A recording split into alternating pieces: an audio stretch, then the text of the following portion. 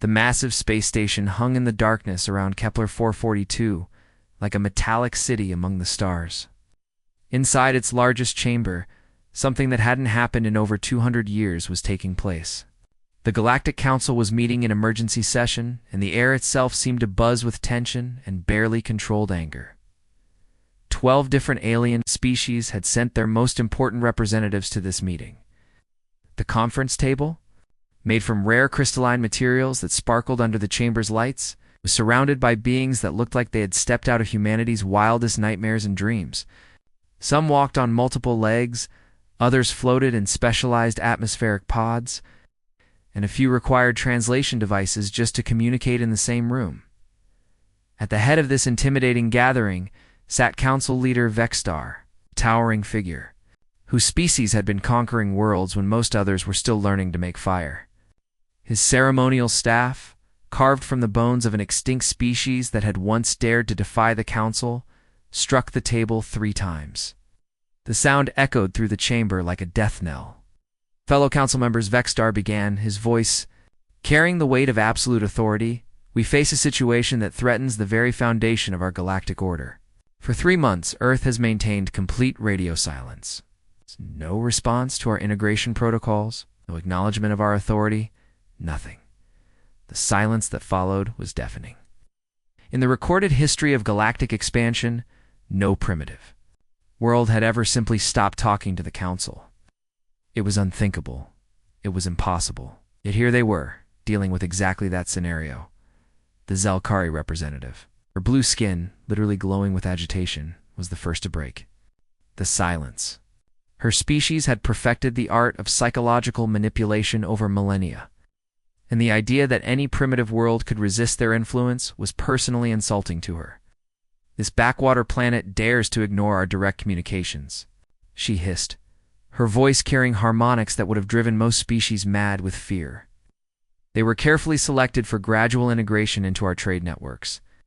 Every calculation showed they would be compliant within 6 months of first contact. Yet they have not only refused our generous offers but have completely severed all communication channels. General Korth of the Hegemony War Council shifted in his specially reinforced chair, his massive form casting long shadows across the crystalline table. The species had built their empire on the bones of those who had dared to resist, and his patience for diplomatic solutions was wearing thin. Perhaps, he rumbled, his voice like distant thunder, it is time we reminded these humans of their proper place in the galactic hierarchy. A show of force has always been effective with stubborn primitives. The discussion that followed revealed the true scope of the Council's frustration. The Catharian delegate spoke of disrupted trade routes that had been planned around Earth's projected compliance. The hegemony representative detailed military resources that had been allocated. Based on humanity's expected integration timeline, the Zelkari outlined psychological profiles that suggested humans should have been among the easiest species to control. Every single calculation had been wrong. Every prediction had failed. Earth had not just refused to play by the galactic rules. They had stopped playing the game entirely. What made the situation even more infuriating was that the Council's intelligence networks had no explanation for humanity's sudden change in behavior. Their deep cover operatives had reported nothing unusual. Their monitoring stations had detected no significant military buildup. Their economic analysts had seen no signs of preparation for isolation. Earth had simply gone dark without warning, leaving the galaxy's most powerful alliance scrambling to understand what had gone wrong.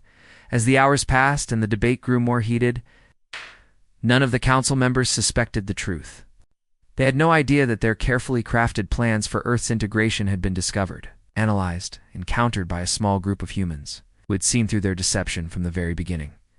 Deep beneath the bustling streets of Seoul, in a facility that didn't exist on any official government records, Lee Jinwoo sat hunched over his workstation at 3 a.m.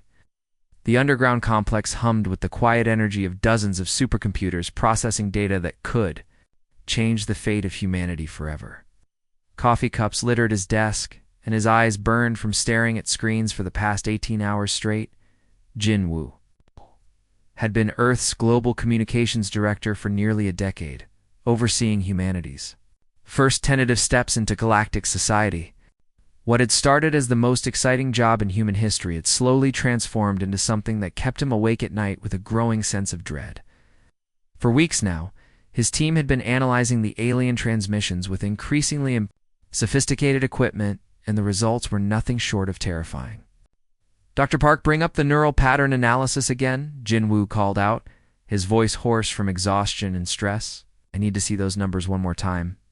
Dr. Park Suman, the facility's lead neuroscientist, had been working alongside Jinwoo since the beginning of the Galactic Contact Program.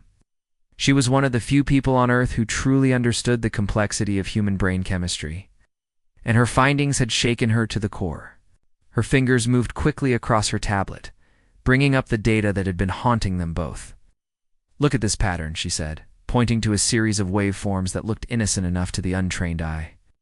"Every single transmission we've received from the Galactic Council contains these embedded frequencies. They're not random background noise like we initially thought. They're specifically designed to interact with human neural pathways." Jinwoo leaned closer, studying the data that represented humanity's potential doom. The alien signals were incredibly sophisticated, working at levels that human science was only beginning to understand. They didn't hit you like a sledgehammer. They were far more insidious than that. Instead, they worked slowly, gradually, changing the way people thought without them even realizing it was happening. "The effects build up over time," Sumin continued, her voice barely above a whisper. "Reduced independence, increased willingness to follow authority, suppressed critical thinking. The people exposed to these signals gradually become more compliant, more willing to accept whatever they're told, without question." From across the room, Communications Officer Kim Haewon looked up from her monitoring station, her face pale with exhaustion and fear.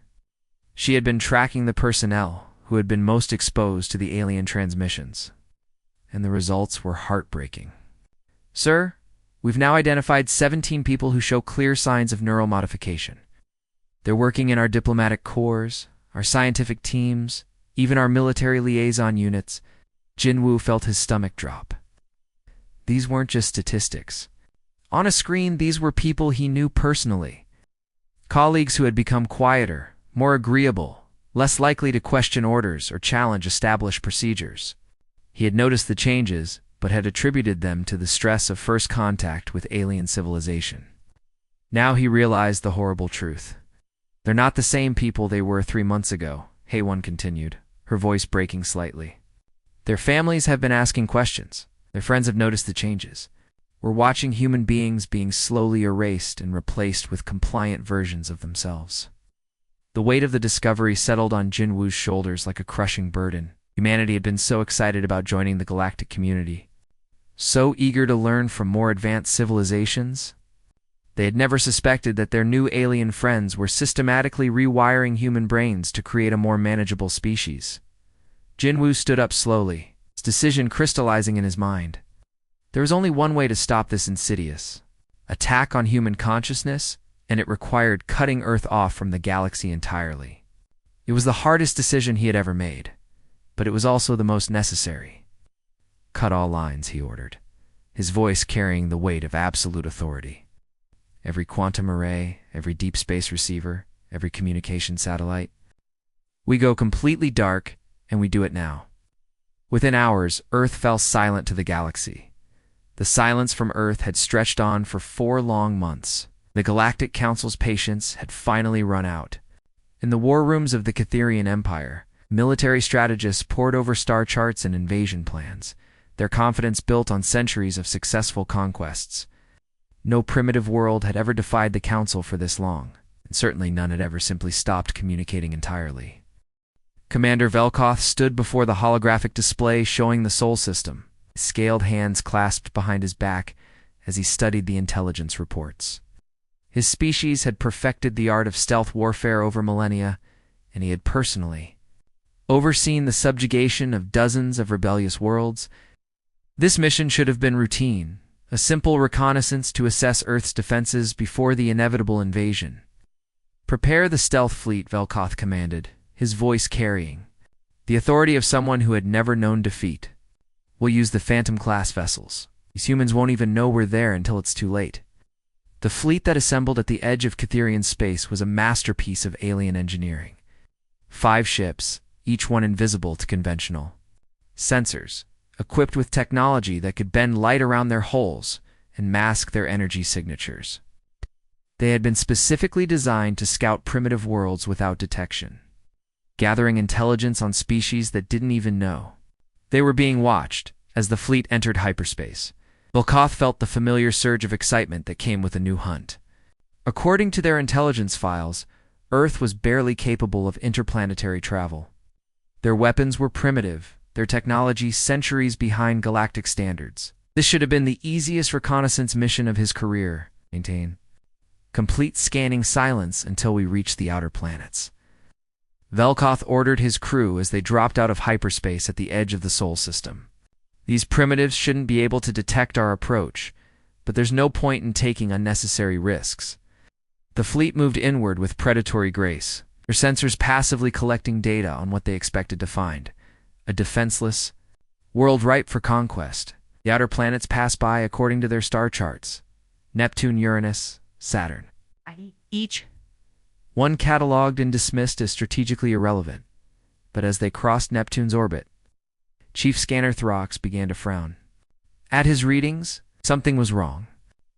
The passive sensors were picking up artificial structures throughout the system. Structures that shouldn't exist according to their intelligence reports. Commander Threlix called out, his voice tight with confusion. I'm detecting artificial constructs throughout the system. Multiple installations on the outer planets. Orbital platforms around the gas giants. And energy signatures that don't match our projections. Velkoth moved to the scanner station, his confidence beginning to waver. Show me. The tactical display lit up with dozens of contacts, space stations, defensive platforms, and what appeared to be massive construction projects scattered throughout the Sol system. None of this matched the intelligence reports that had described Earth as a barely spacefaring civilization. This doesn't make sense, Velkoth muttered, studying the readings. Our last intelligence update was only 6 months ago. How could they have built all of this in such a short time? The reconnaissance fleet continued inward, but with each passing hour, the picture became more disturbing. Earth wasn't the defenseless world they had expected to encounter. Instead, their sensors revealed a network of advanced defensive platforms that rivaled anything in the galactic arsenal. Energy signatures pulsed through space that shouldn't exist on a pre-FTL world.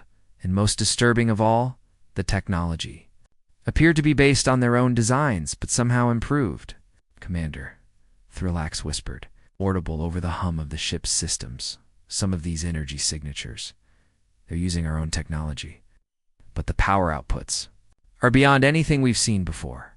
Velkoth stared at the tactical display, watching as more and more defensive installations revealed themselves to his increasingly sophisticated scans.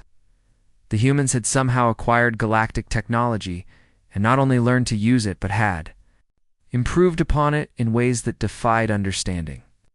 How is this possible? He whispered, his voice carrying the weight of dawning realization. The hunt had become something far more dangerous than he had ever imagined, deep within the heavily fortified command center of Fortress Luna. Admiral Kim Dong-hyen stood perfectly still, his eyes fixed on the massive tactical display that dominated the room. The underground facility had been carved directly into the moon's rocky surface, its walls lined with technology that would have seemed impossible just 2 years ago. Now it represented humanity's last line of defense against an enemy that had been planning their subjugation for decades. The alien fleet appeared on his screens as 5 faint blips. Their stealth technology impressive but not perfect. Human sensors, enhanced with reverse-engineered galactic technology, could track them with surprising accuracy. Dong-hyen had been waiting for this moment for months, knowing that eventually the Galactic Council would send scouts to investigate. Earth's sudden silence. They're maintaining their approach vector, reported Commander Choi Minho from his tactical station, his voice steady, despite the tension filling the room. Distance to contact zone, 14 minutes and counting. Defensive systems are online and ready. Around them, dozens of technicians worked at their stations with quiet efficiency. These weren't the same people who had been monitoring peaceful alien transmissions just months ago. They had been transformed by necessity into Earth's first generation of interstellar warriors, trained on technology that most humans couldn't even comprehend. Dong Hayan nodded grimly, his weathered face showing the strain of the past few months. The secret construction of Earth's defenses had taken 2 years of careful planning and incredible sacrifice.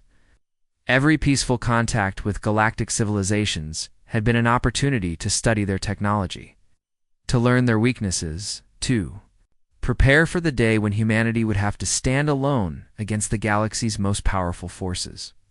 "Signal all stations," he commanded, his voice carrying throughout the facility. "Activate Project Lighthouse. It's time to show these aliens what happens when you underestimate humanity." Throughout the Sol system, defensive platforms that had been hidden in the shadows of asteroids and behind planetary bodies suddenly came online. Human ships that had been disguised as space debris powered up their engines and weapons systems. The trap that had been months in the making was finally ready to spring. The alien reconnaissance fleet had no warning. One moment they were scanning what appeared to be a primitively defended system, and the next they found themselves surrounded by human vessels that seemed to appear from nowhere. Advanced stealth technology borrowed and improved from the aliens' own designs had kept Earth's true defensive capabilities hidden until the perfect moment. Contact. Multiple human vessels decloaking around our position. Chief Scanner Threllax shouted, his voice filled with panic as his instruments registered dozens of new threats. "Commander." Gelkoth felt his blood freeze as he watched his tactical display transform from a simple reconnaissance mission into a nightmare scenario. The humans weren't just defending themselves. They were using technology that looked suspiciously similar to Catherian designs, but somehow enhanced beyond anything his species had achieved. "Impossible," he whispered, then louder. "How do they have our technology?" The answer came in the form of a devastating cyber attack. Dr. Lee Nari, working from a secure facility on Earth, had spent months studying captured alien computer systems, learning their programming languages, and identifying vulnerabilities that the aliens themselves didn't know existed. With surgical precision, she began turning their own weapon systems against them. "All ships, defensive pattern Alpha." Velkoth ordered desperately as his fleet's weapons began firing on each other. "Emergency hyperspace jump. Get us out of here." But the humans had thought of that too. Gravity generators, reverse engineered from alien technology, created interference patterns that made hyperspace jumps impossible. The alien fleet was trapped in a system they had expected to conquer, surrounded by enemies who seemed to know their technology better than they did. The battle, if it could even be called that, lasted less than 30 minutes. 3 of the 5 alien ships were completely disabled, their crews captured alive for interrogation. The remaining 2 vessels, badly damaged and barely functional, managed to escape only because Admiral Dong Hayan allowed them to leave. "Sir, we could have stopped them," Commander Choi reported as the surviving ships limped toward the edge of the system. Dong Hayan shook his head. "Let them go. They need to carry a message back to their masters. The galaxy needs to know that humanity is no longer the primitive world they thought they were dealing with." The United Nations General Assembly had never been so quiet. Every seat was filled, every delegate leaning forward with intense concentration, as President Yoon Tae-ho prepared to deliver the most important speech in human history. The massive hall, normally buzzing with whispered conversations and diplomatic chatter, was so silent that you could hear the soft hum of the holographic projection systems behind the podium. Enormous displays showed images that would have been impossible to believe just months ago. Earth's defensive systems, captured alien technology, and weapons that seemed to defy the laws of physics as humanity understood them. This wasn't just a presidential address. It was a declaration of war against the most powerful forces in the galaxy. President Yoon stepped up to the microphone, his face showing the strain of the past few months. The weight of representing all of humanity in this moment was almost unbearable, but his voice remained steady and strong as he began to speak. "My fellow humans, and to those listening from across the galaxy," he began, his words being broadcast through a single, carefully shielded transmission that would reach every corner of the galactic communication network. "Today, we reveal the truth about our so-called galactic neighbors and their plans for our world. The holographic displays behind him shifted, showing detailed analysis of the alien neural programming that had been hidden in every transmission. From the Galactic Council, evidence was undeniable. Humanity had been targeted for systematic mental conditioning from the moment of first contact. To the so-called Galactic Council, President Yoon continued, his voice now carrying the weight of humanity's collective anger. We know about your neural programming. We know about your plans to slowly alter our brain chemistry, to make us more compliant, more willing to accept your authority without question. We know that you've planned to turn us into subjects rather than partners. The silence in the general assembly was deafening. Delegates from every nation on Earth watched as their president laid bare the conspiracy that had nearly destroyed human free will. The aliens who had presented themselves as benevolent guides had actually been preparing to lobotomize an entire species. We reject your authority completely, President Yoon declared, his voice echoing through the hall. Earth will no longer participate in your galactic order. It will not be integrated into your trade networks. It will not accept your guidance or your protection. We choose to stand alone. The transmission included footage that would shock the galaxy to its core. Human weapons that seemed to bend reality itself. Using principles that even advanced alien civilizations didn't fully understand. Defensive systems that made conventional warfare obsolete, turning the attacker's own weapons against them. Most shocking of all, captured alien technology being systematically reverse-engineered and improved upon by human scientists. Defense Minister Park Ji-young appeared on screen next, her presence somehow more intimidating than any weapon display. Her cold smile carried a promise of destruction that made even the most warlike alien species reconsider their plans for Earth. Let me be perfectly clear, she said, her voice cutting through the tension like a blade. Earth is no longer the primitive world you cataloged in your databases. We've been preparing for this moment since first contact. Every peaceful delegation you sent gave us opportunities to study your technology. Every cultural exchange allowed us to learn your weaknesses. Every diplomatic meeting was a chance to understand how you think and how you fight.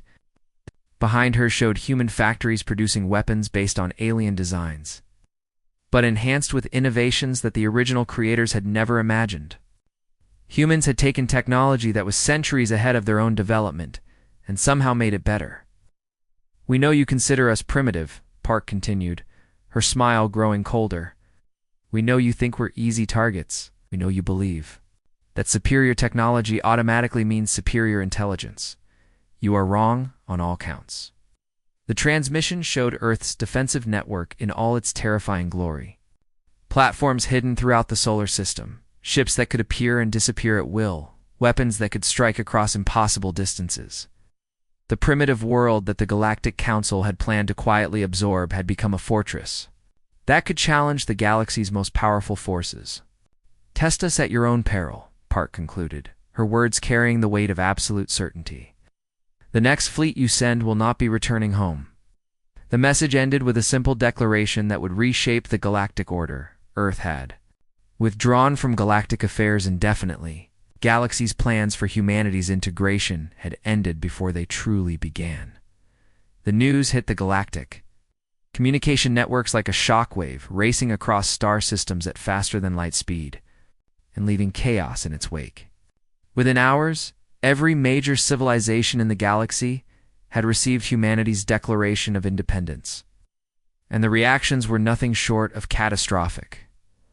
On the hegemony homeworld, in the war room that had planned the conquest of 1,000, World's General Korth stood frozen in disbelief as he watched the human transmission for the third time.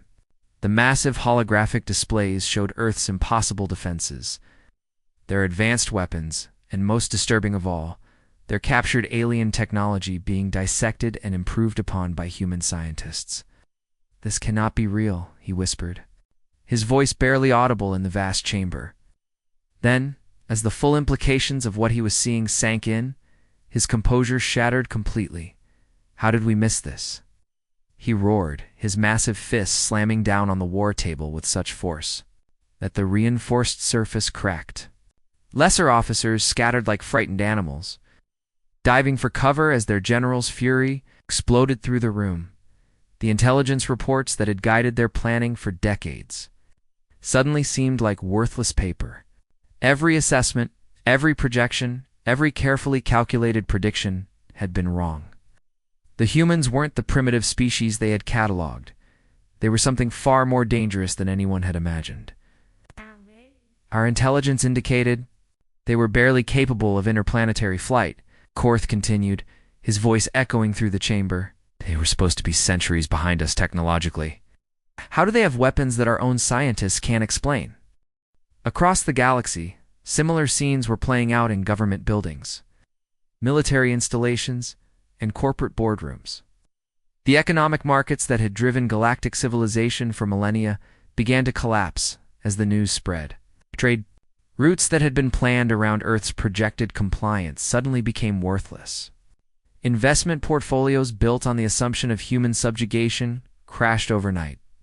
The Zelkari homeworld, normally a place of cool calculation and strategic planning, descended into chaos as their leadership struggled to understand what had gone wrong. The ambassador, who had been so confident in their ability to manipulate human psychology, now sat in an emergency council session, her blue skin pale with fear rather than anger. The reconnaissance survivors are still in medical treatment, she reported, her voice shaking as she addressed the assembled council. But their initial reports are ... disturbing. The human technology appears to be based on our own designs, but somehow enhanced beyond our understanding. They describe weapons that shouldn't be possible according to our physics, defensive systems, that turned our own ships against us. The council chamber, normally filled with the confident voices of beings who had manipulated lesser species for centuries, was now silent except for the sound of panicked breathing. The species that had perfected psychological warfare had been completely outmaneuvered by a world. They had considered primitive the Catharian delegate. His usually steady appendages now trembling with fear raised a question that no one wanted to ask, but everyone was thinking, what if they've been playing us from the beginning? What if everything we thought we knew about humanity was an elaborate deception? The question hung in the air like a death sentence, poisoning the atmosphere of the chamber. If one supposedly primitive world could fool the entire galactic order, what did that say about their supposed superiority? How many other species had they underestimated? How many other worlds were secretly preparing to resist their control? The implications were staggering. For centuries, the galactic powers had based their entire civilization on the assumption that technological advancement automatically meant superiority. They had conquered worlds, enslaved species, and built empires on the belief that might made right. Now, faced with a species that had somehow acquired their technology and made it better, their whole worldview was crumbling. Emergency sessions were called across the galaxy. Military leaders demanded explanations that no one could provide. Economic advisors scrambled to calculate losses that seemed to grow larger by the hour. Diplomatic corps that had spent centuries perfecting the art of peaceful conquest found themselves facing a species that had rejected their authority entirely. The galaxy's carefully maintained order was falling apart, and at the center of it all was a small blue world that had refused to be anyone's subject. The assembly of the greatest military force in galactic history took 3 months of careful coordination and unprecedented cooperation between species that had been rivals for centuries. Over 10,000 ships gathered at the neutral staging point of Kepler Station, their combined firepower capable of reducing entire star systems to cosmic dust. The sight was both magnificent and terrifying. A metal constellation of death that stretched across space for thousands of kilometers. Admiral Quinville stood on the bridge of his flagship, the massive dreadnought Galactic Supremacy, watching. As the final ships took their positions in the formation, his species had commanded the largest fleets in galactic history. But nothing had ever approached the scale of what surrounded him now. 9 different civilizations had contributed their most advanced warships, creating an armada that represented the combined military might of half the galaxy. These humans have grown too bold, Quinville declared to his assembled fleet commanders during the final strategy meeting. His image was broadcast to every ship in the fleet, his voice carrying the arrogance of someone who had never known defeat. They think their primitive tricks and stolen technology can stand against the combined might of the galaxy. We'll crush their defenses and remind them of their proper place in the galactic order. The fleet commanders nodded in agreement, their various species united in their certainty of victory. The humans had gotten lucky with their reconnaissance mission, catching a small scouting force off guard. But no amount of luck could stand against the overwhelming firepower that was about to be unleashed upon their solar system. The journey to Sol took only hours once the fleet entered hyperspace. As they approached the edge of the system, confidence ran high throughout the Armada. Their sensors showed the same defensive installations that had been reported by the reconnaissance survivors. But the sheer number of ships in the galactic fleet made those defenses seem insignificant. All ships prepare for combat deployment, Quenville commanded as the Armada dropped out of hyperspace. We will overwhelm their defenses through sheer numbers. No primitive world can stand against this level of firepower. But as the massive fleet emerged from hyperspace, they encountered something that their intelligence reports had never mentioned. The entire Sol system was surrounded by a shimmering energy field that seemed to bend light itself. The Sol Barrier. Admiral Kong Seo's Seo Chen's ultimate surprise activated the moment the alien fleet appeared. "What is that?" Quenville demanded, staring at the tactical display as his weapons officers reported impossible readings. "Sir, our primary weapons are not responding," came the panicked report from the weapons station. "The energy field is somehow interfering with our targeting systems." The Sol Barrier was more than just a defensive shield. It was a masterpiece of human engineering that turned the aliens' own technology against them. Based on principles discovered through the careful study of captured alien ships, the barrier created a field that made conventional weapons useless, while allowing human forces to strike with deadly precision. "All ships, maintain formation," Quenville ordered desperately as reports of system failures flooded in from across the fleet. "Focus. All firepower on breaking through their defenses." But formation meant nothing when the enemy could strike from impossible angles. Human ships seemed to appear from nowhere, their weapons cutting through alien shields like they were made of paper. The humans had learned to use space itself as a weapon, creating gravity wells that crushed enemy vessels and energy fields that turned their own weapons against them. The battle that was supposed to be a glorious victory turned into a nightmare of impossible physics and devastating losses. Ships that had been the pride of their respective fleets found themselves helpless against weapons that operated on principles the galactic powers had never imagined. The aliens' own technology, enhanced and improved by human innovation, was being used to destroy them. "Sir, we're losing ships faster than we can count them," reported the tactical officer, his voice filled with terror. "The humans are capturing our vessels intact while we can barely damage their defenses." Admiral Quenville watched in horror as his magnificent armada disintegrated around him. The humans weren't just winning, they were demonstrating a level of technological superiority that made the galactic powers look like primitives. The battle had become a rout, with humanity capturing advanced technology and prisoners while suffering minimal casualties. The greatest military force in galactic history had been defeated by a species they had considered barely spacefaring just months before. The silence that followed the destruction of the great Armada was unlike anything the galaxy had experienced in recorded history. For the first time in centuries, the major powers found themselves genuinely afraid of a species they had considered beneath their notice. The wreckage of over 8,000 ships drifted through the Sol system like a graveyard of galactic ambition, each piece of debris representing the shattered assumptions of an entire civilization in the aftermath of their devastating defeat. The surviving galactic powers were forced to confront a reality that challenged everything they believed about their own superiority. Emergency sessions were called across the galaxy, but for the first time in memory, no one seemed to know what to do. The species that had built their empires on the subjugation of lesser worlds now found themselves completely outmatched by a civilization they had tried to conquer. Dr. O the Jinn stood in the communications center of the captured Galactic Council flagship surrounded by alien technology that her team had been reverse engineering for months. The massive ship, once the pride of the galactic fleet, now served as Earth's primary broadcast station. its advanced communication arrays allowing humanity to reach every corner of the galaxy.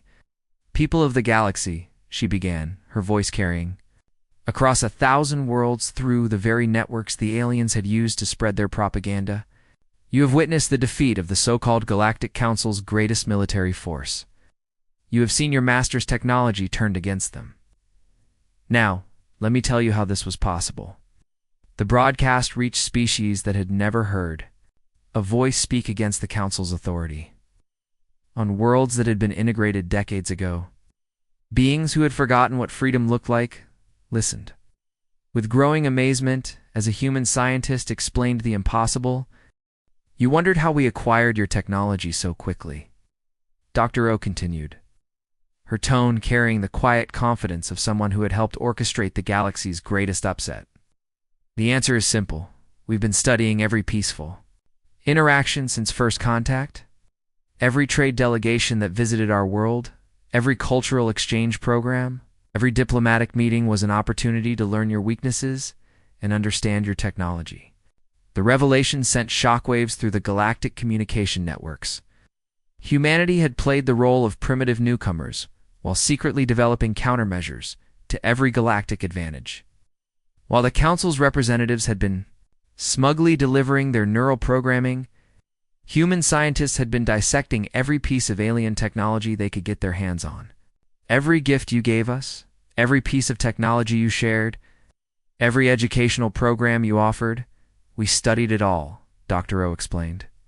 "We learned not just how your technology worked, but how to make it better. We discovered vulnerabilities in your systems that you didn't even know existed. We prepared for this day from the moment we realized your true intentions."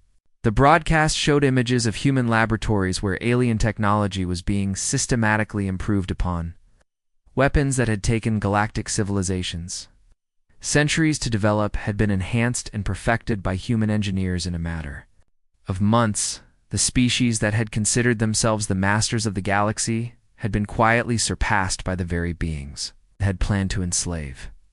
In the communications center aboard the captured flagship, Officer Bei Haiyan-Wu looked up from his monitoring station with amazement.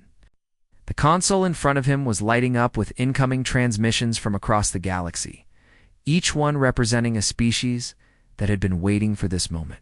"Dr. O?" he called out, his voice filled with excitement. "Oh, we're receiving requests for assistance from species across 3 sectors. They want to break free from Council control." The messages came from worlds that had been subjugated so long ago that the galaxy had forgotten they had ever been free. Species that had been integrated into the galactic order were now seeing hope for the first time in generations. The defeat of the Great Armada had shown them that the Council's power was not absolute, that resistance was possible. Dr. O smiled as she read the messages flowing in from across the galaxy. "Send them our response," she said. "Tell them that Earth stands ready to help any species that wants to reclaim their freedom."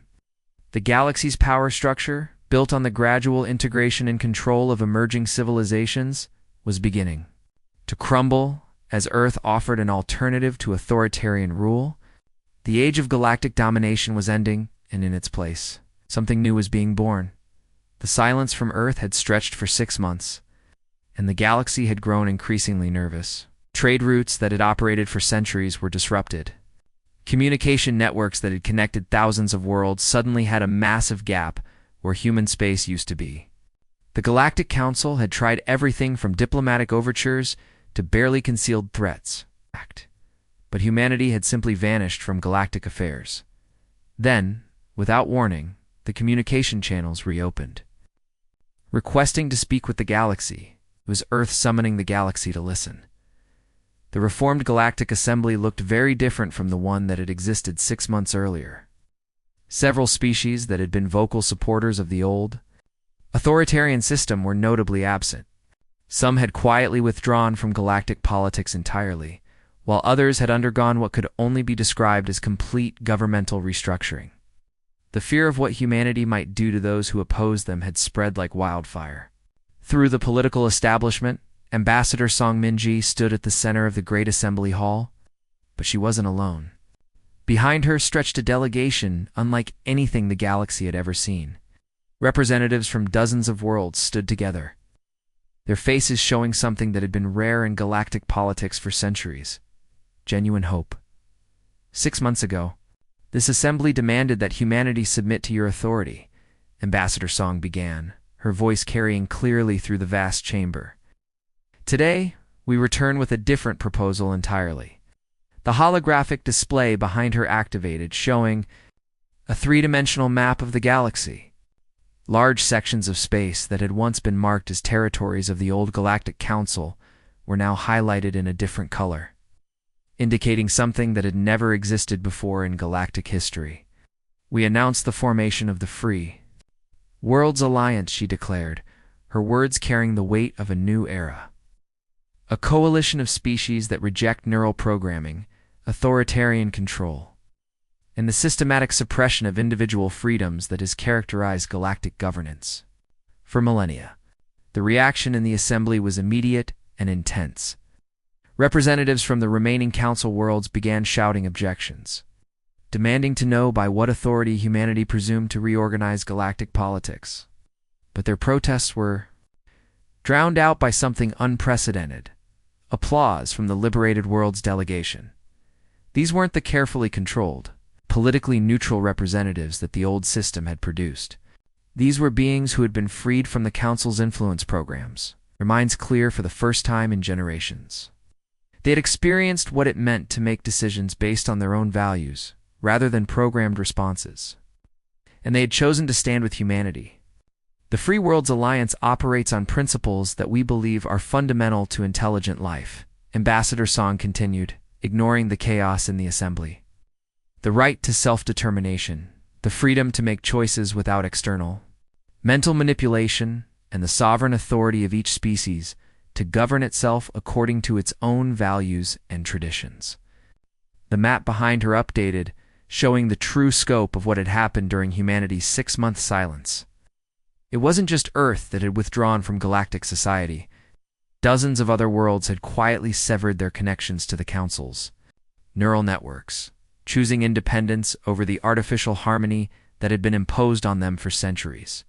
"This is rebellion," shouted one of the remaining council representatives, a being whose species had been among the architects of the old system. "You're destroying the stability that has kept the galaxy peaceful for 1,000 years. Ambassador Song's response was calm but firm. "We're not destroying stability. We're exposing the fact that your stability was built on the systematic suppression of free will. Peace maintained through mind control isn't peace at all, it's slavery dressed up in diplomatic language." The final moment of the assembly came when President Yoon appeared on the massive display screens that surrounded the chamber.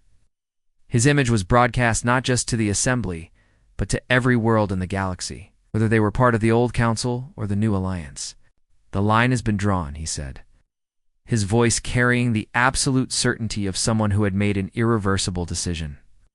"It runs through the heart of human space, and it separates those who would rule through deception from those who believe in genuine cooperation between equals. The galaxy would never be the same.